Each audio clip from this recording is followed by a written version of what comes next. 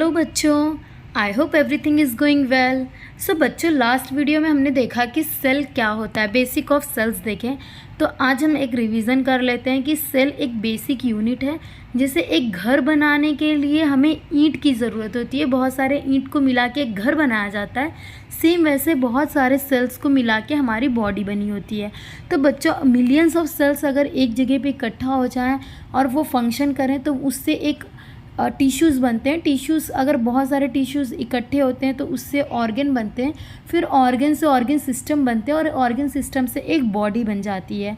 तो ये हमने देखा कि सेल बहुत ही बेसिक स्ट्रक्चर होता है बॉडी बिल्ड करने के लिए और फंक्शन करने के लिए। तो बच्चों, हमने लास्ट वीडियो में देखा था कि सेल दो टाइप के होते हैं, prokaryotic cell and eukaryotic cell.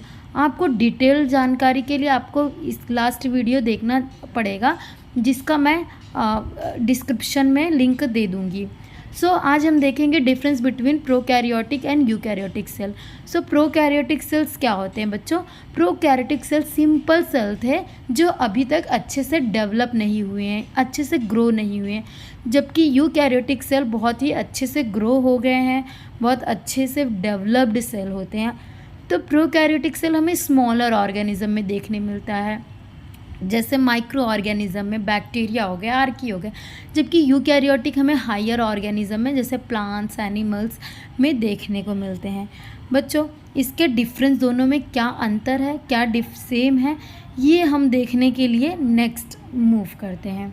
सो बच्चों, यहाँ पे यूकैरियोटिक देखेंगे। तो यूकैरियोटिक का पहला डेफिनेशन अगर देखा जाए तो यूकैरियोटिक का डेफिनेशन दिया है, any cells that contain a clearly defined nucleus and membrane bound organelles. ऐसे सेल्स बच्चों जिसमें बहुत ही अच्छे से न्यूक्लियस के चारों तरफ वॉल बना दी गई हो ताकि डीएनए हमारा बाहर ना आ सके, डीएनए को अच्छे से प्रोटेक्ट करके अंदर रख सकें, ऐसे सेल्स को, और जिसमें बहुत सारे ऑर्गेनल्स प्रेजेंट होते हैं। ऑर्गेनल्स के बारे में मैंने लास्ट वीडियो में बता दिया है, जहाँ पे Golgi apparatus, endoplasmic reticulum, mitochondria जैसे ऑर्गेनल्स प्रेजेंट होते हैं। तो जहाँ पे ये स्मॉल ऑर्गेनल्स प्रेजेंट हैं और एक अच्छी सी मेम्ब्रेन बाउंड न्यूक्लियस है, उसे हम यूकैरियोटिक कहेंगे। प्रोकैरियोटिक मतलब जहाँ पे ये एब्सेंट हो जाए, जहाँ पे मेम्ब्रेन नहीं हो एक न्यूक्लियस के बाद, और प्लस वहाँ पे ऑर्गेनल्स एब्सेंट हो। Any unicellular organism that does not contain a membrane bound nucleus और organelles are known as prokaryotic cells. अगर एग्जाम्पल देखें बच्चों तो यूकैरियोटिक का animal, plant, fungi and protist cell, prokaryotic का bacteria and archaea. Nucleus eukaryotic में present होता है, प्रोकैरियोटिक में एब्सेंट होगा। सेल साइज, यूकैरियोटिक सेल मतलब हायर ऑर्गेनिज्म, तो सेल भी लार्ज साइज़ के होंगे, 10 to 100 माइक्रोमीटर के अप्रॉक्स। प्रोकैरियोटिक का स्मॉल है, less than 5 micrometres. DNA replication देखेंगे बच्चों तो यूकैरियोटिक में हाईली रेगुलेटेड और सिलेक्टिव ओरिजिन और सीक्वेंस होते हैं।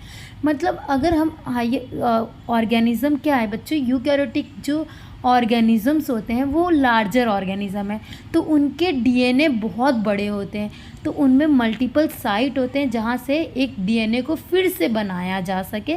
वो अपनी तरह सेम डीएनए को बनाते हैं, इसे ही रेप्लिकेट कहते हैं। जैसे हम एक पेपर को जेरोक्स करवा लेते हैं, फ़ोटोकॉपी निकाल लेते हैं, तो उस वैसे हमारे डीएनए का भी फ़ोटोकॉपी बनाया जाता है एक सेल में, जिससे एक कॉपी को स्टोर कर दिया जाएगा और नेक्स्ट कॉपी को नेक्स्ट जनरेशन में भेज दिया जाता है। सेम प्रोकैरियोटिक में स्मॉल ऑर्गेनिज्म है तो स्मॉल सेल साइज़ होते हैं, तो उनके जो रेप्लिकेट ओरिजिन होता है बच्चों वो एक ही होते हैं। ऑर्गेनिज्म अगर देखोगे तो यूकैरियोटिक हमेशा मल्टीसेल्युलर होंगे और प्रोकैरियोटिक यूनिसेल्युलर होंगे। क्रोमोसोम्स मोर देन 1 यूकैरियोटिक में होंगे, प्रोकैरियोटिक में बस 1 ही सिंगल लूप होगा। देन राइबोसोम्स, यूकैरियोटिक में बहुत ज़्यादा नंबर में राइबोसोम्स प्रेजेंट है, लार्ज नंबर में, प्रोकैरियोटिक में स्मॉल नंबर में। ग्रोथ, यूकैरियोटिक सेल कॉम्प्लेक्स होता है तो उसकी ग्रोथ बहुत स्लो होगी, और प्रोकैरियोटिक की जो ग्रोथ होती है वो बहुत फास्ट होगी क्योंकि सेल साइज बहुत स्मॉल है। Ability to store heredity information, बच्चों ये डीएनए हमारा क्या काम करता है, जेनेटिक इन्फॉर्मेशन को स्टोर करने के लिए बना होता है।